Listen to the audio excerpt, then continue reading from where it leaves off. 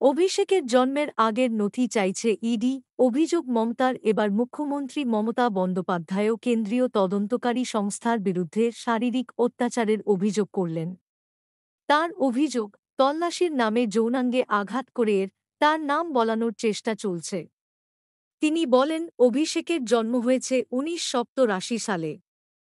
R E D, CBI ১৯৮২-৭৩ সালের কাগজ চাইছে ওর বাবা মায়ের কাছে। স্পেন থেকে ফিরে পায়ের চোট নিয়ে মমতা দীর্ঘদিন ঘরবন্দি ছিলেন। বৃহস্পতিবার তিনি কালীঘাটের বাড়ির অফিস থেকে সাংবাদিক বৈঠক করেন। এদিন ভোর থেকে সল্টলেকে প্রাক্তন খাদ্যমন্ত্রী এবং বর্তমান বনমন্ত্রী জ্যোতিপ্রিয় বালু মল্লিকের দুটি বাড়িতে ইডির অভিযান চলে। আমহার্স্ট স্ট্রিটে বালুর পৈতৃক বাড়িতেও ইডির হানা হয়। তাঁর দুই আত্মসহায়কের বাড়িতেও তল্লাশি চলে। প্রায় ১২ ঘণ্টা ধরে তল্লাশি চলছে। বালুকে জিজ্ঞাসাবাদও করা হচ্ছে।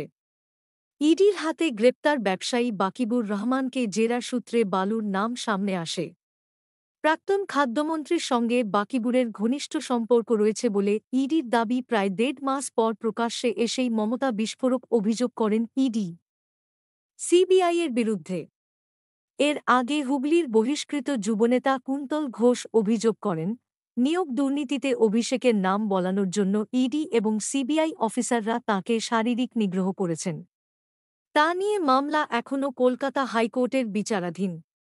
ওই অভিযোগের বিরুদ্ধে পাল্টা মামলা করে ইডিও। দুই কেন্দ্রীয় তদন্তকারী সংস্থা অবশ্য শারীরিক নিগ্রহের অভিযোগ অস্বীকার করেছে। এবার খোদ মুখ্যমন্ত্রীও যৌন নিগ্রহের অভিযোগ আনলেন কেন্দ্রীয় তদন্তকারী সংস্থার বিরুদ্ধে।